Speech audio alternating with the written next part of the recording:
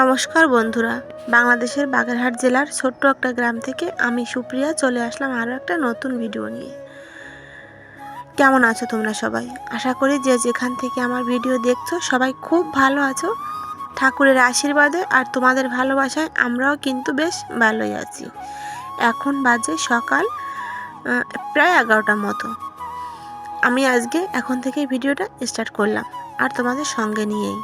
তোমরা সঙ্গে থাকো, ভিডিওটা দেখতে থাকো।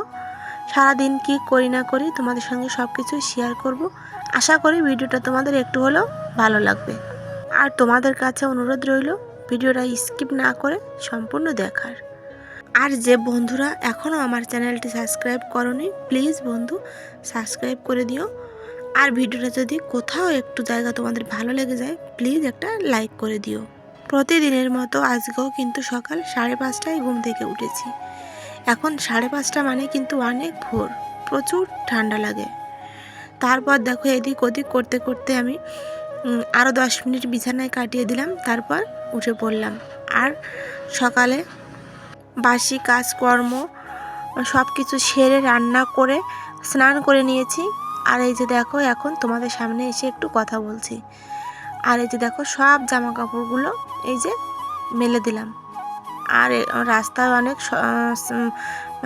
অনেক লোক কথা বলছিল আর কি, এই জন্য আমাকে ভয়েসটা রিমুভ করে তারপর ভয়েস দিতে হলো আবারও।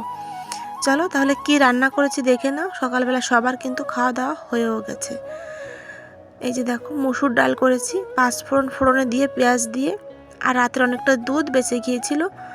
আর এই যে ভাত আর আলু সেদ্ধ, এটাই রান্না করেছি সকালে। আর আমি এখন খেয়েও নিলাম।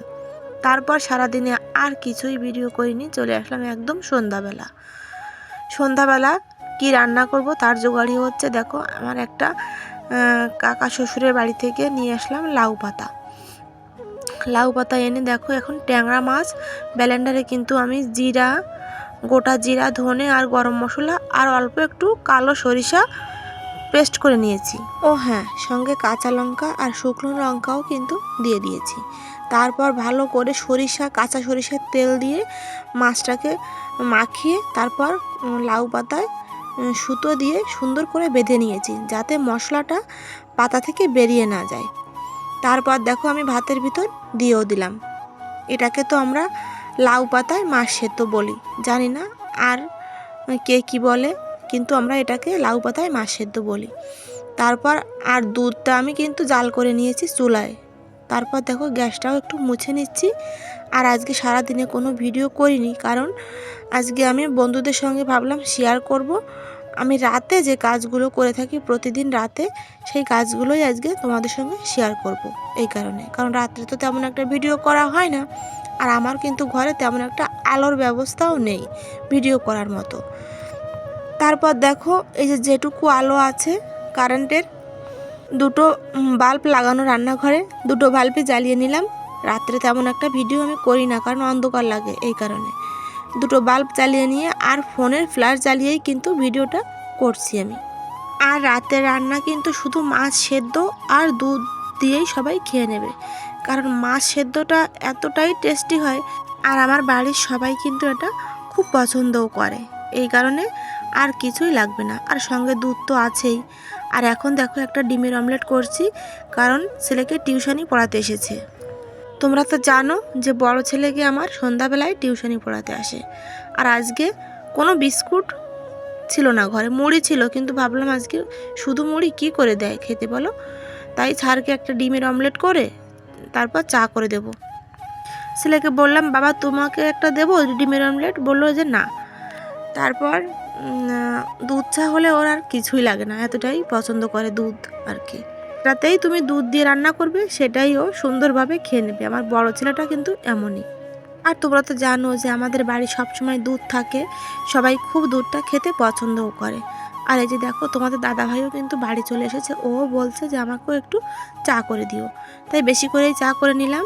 আমি কিন্তু এই চাটা একদমই খাবো না, আমার জন্য কিন্তু করিনি। আগে চলো রোহিত আর ওর মাস্টারমশাইকে চাটা দিয়ে আসি, তারপর তোমার দাদাভাইকেও দিয়ে দেবো। আর ওদিকে তো ভাতটা আমার হচ্ছে।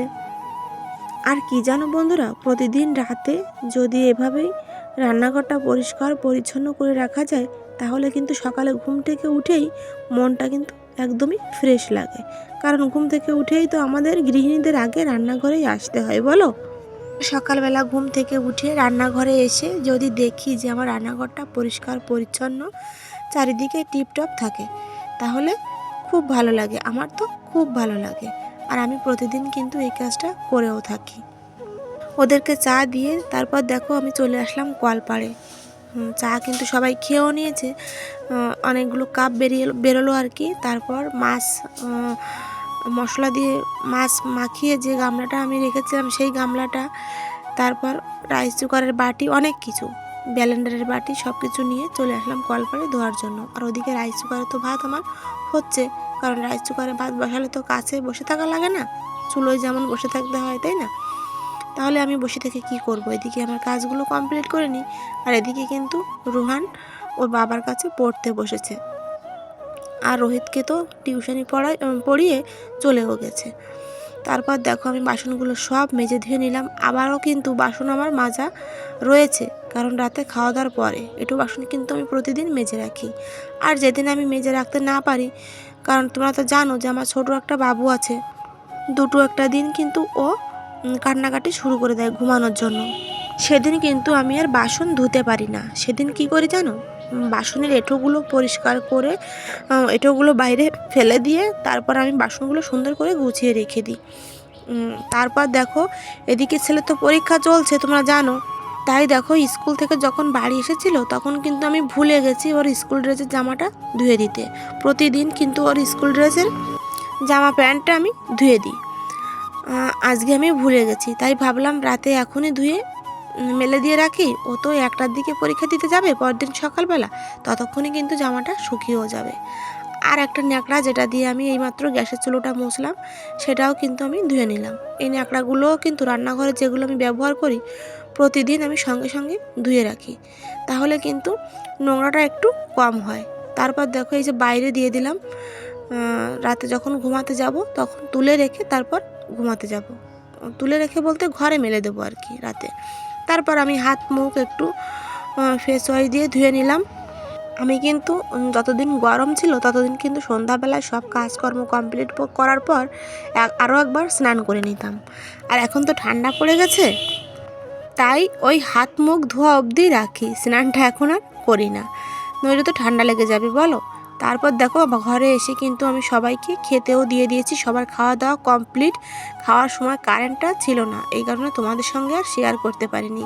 মাছ সেদ্ধটা কেমন হলো সেটাও তোমাদের দেখাতে পারলাম না। যাই হোক বন্ধুরা, আর খাওয়ার সময় কিন্তু ফোনটা আমার ছেলে নিয়ে গিয়েছিল আর কি। সারা দিনে তো ফোনটা ধরতেই দিই না, কিন্তু সন্ধ্যাবেলা যখন একটু চাইলো, বাচ্চা মানুষ বলো, কতক্ষণ আর না না বলে রাখা যায়, তখন একটু দিলাম আর কি খাওয়ার টাইমটা। তারপর দেখো আমি সব বাসন খাওয়া দাওয়ার পর ধুয়ে নিয়ে চলে এসেছি, একটাও এঁঠো বাসন কিন্তু রাখিনি আজকে। সব কিছু ধুয়ে কমপ্লিট করে রান্নাঘরটা পরিষ্কার পরিচ্ছন্ন করে খাওয়ার টেবিলটাও কিন্তু মুছে নিয়েছি। আর দেখো বন্ধুরা, আমার মিট চেপটাও ভেঙে গেছে, কি করব বলো? আমাদের তো ইচ্ছা করলেই হঠাৎ করে যে কোনো একটা কিছু কিনে ফেলতে পারি না, অনেক ভাবনা চিন্তা করে তারপর কিনতে হয়। আর এটা কিন্তু আমার বাবার বাড়ির দেওয়া, যখন আমার বিয়ে হয়েছিল প্রায় এই যে 12 বছর চলছে, তখন বাবা আমাকে দিয়েছিল, তাই ভাবলাম যতদিন চলে চলুক না। আর এদিকে দেখো তোমাদের দাদা ভাই বাজার থেকে যখন বাড়ি আসে তখন বড় একটা লাউ এনেছে। আর বন্ধুরা, প্রচুর গাড়ি যাচ্ছে রাস্তা দিয়ে, প্রতিদিন তোমাদের একই কথা বলি, আমারও বলতে ভালো লাগে না, তোমাদের হয়তো শুনতেও ভালো লাগে না, প্লিজ তোমরা একটু ম্যানেজ করে নিও।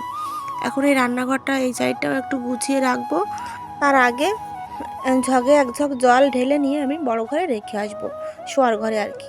আর অনেকগুলো বোতল ভর্তি করেও রাখা আছে ঘরে, এই সাইডটা একটু গুছিয়ে রেখে তারপর ঘুমাতে চলে যাব। আর রান্নাঘরটা দেখো আমি গুছিয়েও নিয়েছি। জানি না আমার রান্নাঘরটা তোমাদের কেমন লাগে, ভাঙাচোরা রান্নাঘর আমার, কিন্তু আমি যেটুকু পারি সেটুকু চেষ্টা করি আমি আমার মনের মতো করে গুছিয়ে রাখার, আমার যেমন আছে তেমনই, পরিষ্কার পরিচ্ছন্ন থাকলেই হলো, তাই না বন্ধুরা? প্রতি রাতে কিন্তু আমি এভাবে রান্নাঘরটা পরিষ্কার পরিচ্ছন্ন করে তারপর ঘুমাতে যাই। তাহলে ভিডিওটা কেমন লাগলো অবশ্যই কমেন্টে জানিও। তোমরা ভালো থেকো, সুস্থ থেকো, টাটা।